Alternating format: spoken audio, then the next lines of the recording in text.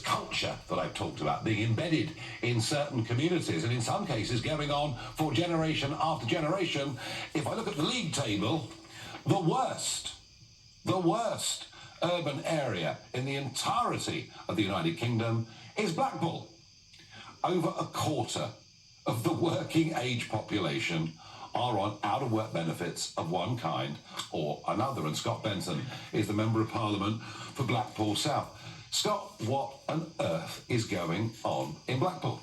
Good evening, Nigel. Well, funnily enough, I visited my local job centre several weeks ago, had a chat with a DWP staff there.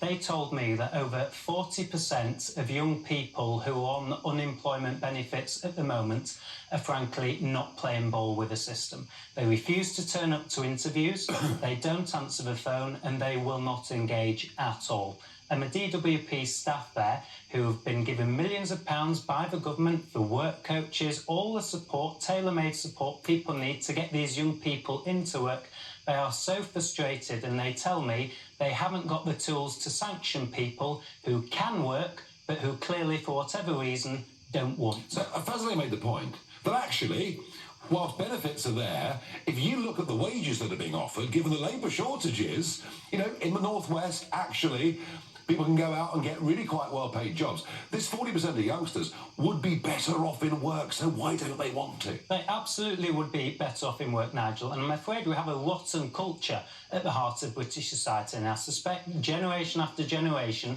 this is getting worse. So over 2,000 job vacancies in Blackpool today, and yet for whatever reason some young people and people of all ages don't want to take those jobs. I've spoken to traders all summer in our tourism related economy. They tell me they've had job adverts out for month after month. Very few people apply, and ironically when people do apply for these jobs, some of whom go out of their way not to get them. People have told me people turn up drunk at job interviews to avoid getting a job.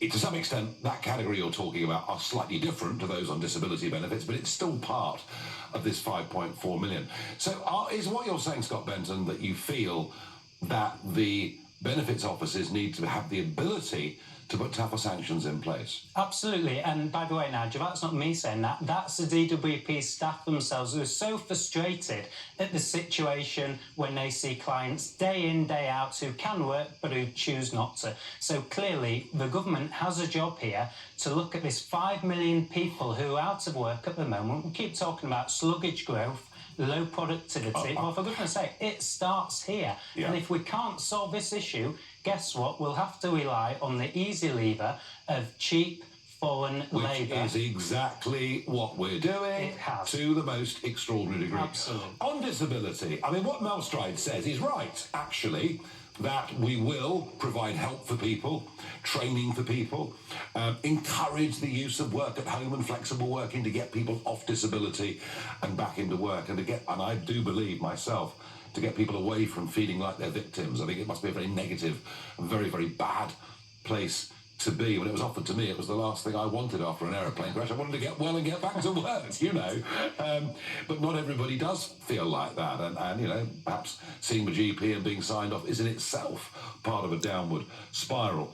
So I think much of what Mel Stride is saying, backed up by the Prime Minister, is right. And yet, we've got to wait till 2025 when we may well have a Labour government. This is a problem. I'm afraid what the Secretary of State announced yesterday is a step forward. I personally don't think it goes far enough to deal with this systemic issue of sickness and indeed those who can work but who are on unemployed benefits and refuse to do so. It's a step forward. It's not far enough. And as you say, Nigel, what are the odds of this actually being implemented in 2025? Pretty unlikely, I would say. I've been asking that question of you and of the audience and folks, just to sort of conclude this piece, and I'll be very interested to get your comments in a moment.